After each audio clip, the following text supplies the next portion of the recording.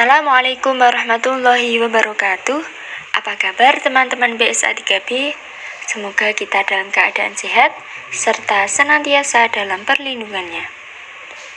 Di sini kami dari kelompok 4 yang beranggotakan Lela Fitri Dwi Cahyani dan Dewi Mamba'atu Sa'adah akan mempresentasikan materi aswat yang berjudul transkripsi grafemis, transkripsi fonetis, dan fungsi transkripsi fonetis.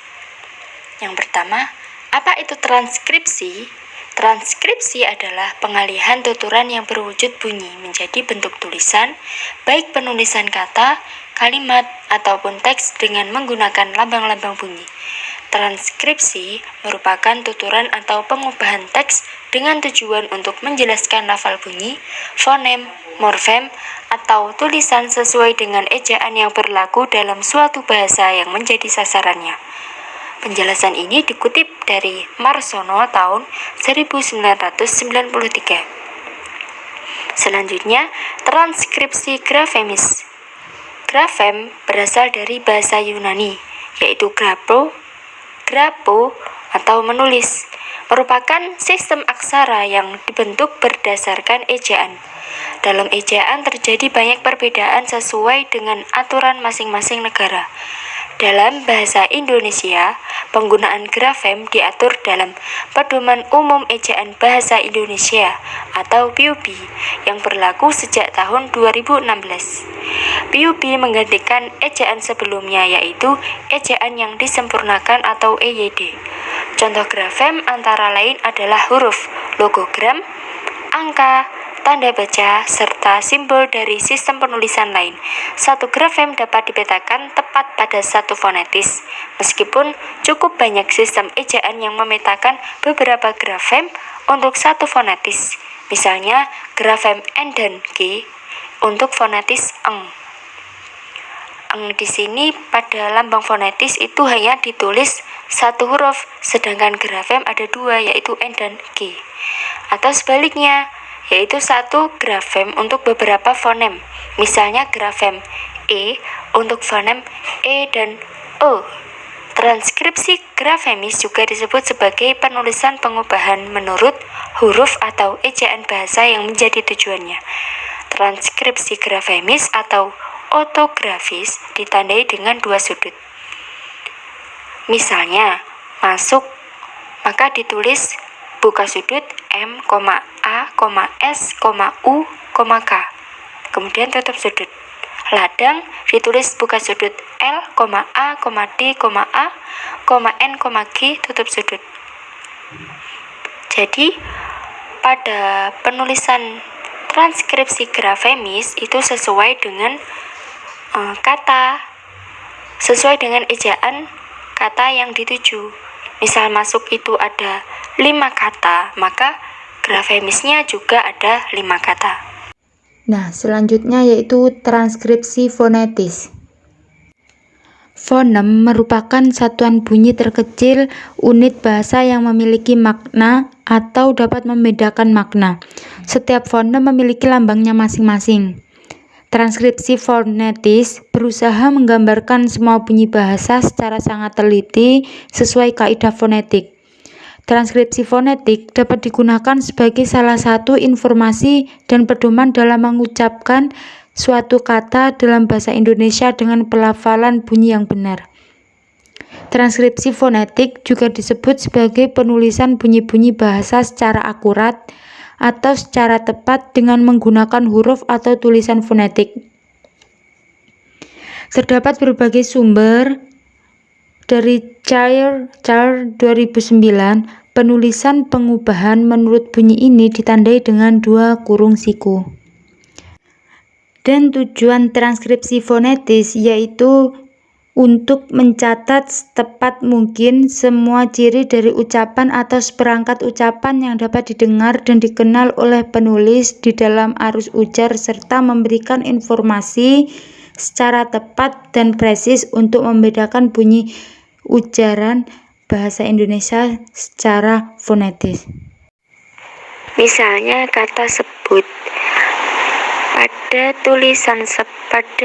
penulisan sebut yang menggunakan abjad biasa ditranskripsikan menjadi fonetis, sebut tersebut E-nya menjadi huruf E-nya menjadi berbeda.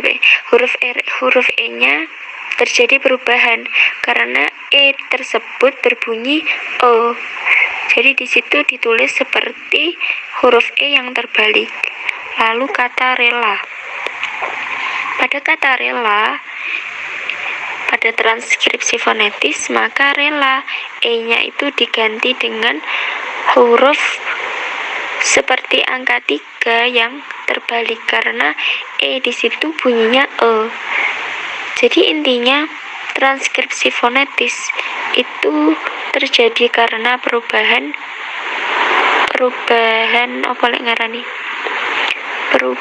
bunyi suatu kata. Tergantung pada bunyi yang apabila bunyinya berubah, maka fonetisnya juga maka hurufnya juga akan berubah pada lambang fonetis. Selanjutnya, transkripsi fonetis yang mana lambang-lambangnya telah tertera pada tabel berikut ini. Lambang pertama O. Lambang grafemisnya juga O. Contoh kata soto, kado. Lalu ada lagi contoh selanjutnya oncom dan besok. O di sini menggunakan diftong O besar karena bunyinya berbeda dengan O pada contoh sebelumnya. Soto menggunakan O, kalau oncom menggunakan O. Lalu diftong I sama dengan grafemisnya. Bila, bibi, jika, dia, itu semuanya menggunakan I biasa. Lalu pada contoh sabit, di sini I-nya I besar, lalu di atasnya ada lengkungan sedikit karena setelah I itu ada huruf mati, sabit. Terus sulit, bisa diksi atau siksa, itu I-nya menggunakan I diftong yang berbeda dengan lambang grafemisnya. Kemudian E, pare, pena, ini penulisan biasa. Lalu sepak, E-nya di sini E lebih lebar, maka E-nya itu penulisannya hampir sama dengan angka 3 yang dibalik. Sepak, senam, setan.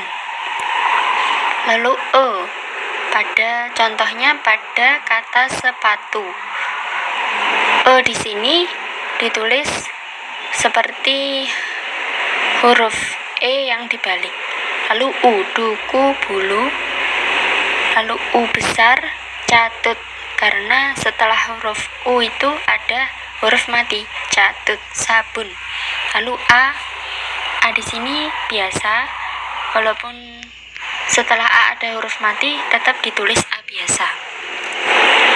Kemudian au, pada lambang grafemis ditulis au atau abjad biasanya ditulis au, di diftong fonetisnya ditulis aw, menjadi surau. Surau menjadi SURAW, ada W-nya kecil di bawah. Pisau juga seperti itu. Lalu ai, contohnya lambai, santai. Lalu oi, ditulis pada fonetis ditulis oye, jadi tomboy, sepoi. Lalu ei, seperti kata survei. Kemudian KH pada lambang grafemis atau abjad biasanya itu pada fonetis diftongnya menjadi ki. Contohnya hamar, has. Lalu NG, di mana lambang grafemisnya ada 2 kata, pada fonetis menjadi 1 kata, yaitu pada lambang grafemis ditulis 2 huruf, pada fonetis ditulis 1 huruf, menjadi N, eng. Di sini N ada garis sedikit ke bawah, lalu ditarik ke kiri sedikit. Tukang, menjadi TUKA, eng-nya lambang fonetis. Ini hanya ada 5 huruf, lalu penulisan biasanya ada 6 huruf. Tukang cacing. Kemudian NY atau nye. Ya di sini contohnya sunyi, minyak. Pada penulisan fonetis, NY yang awalnya 2 huruf menjadi 1 huruf saja. N ada ditarik garis ke bawah sedikit. Minyak, sunyi. Lalu SY atau sh. Pada fonetis ditulis S, lalu ada siku kecil di atasnya. Misal pada kata Tasya, hasilnya TASYA menjadi TAS, lalu ada sudut sedikit di atasnya, lalu A.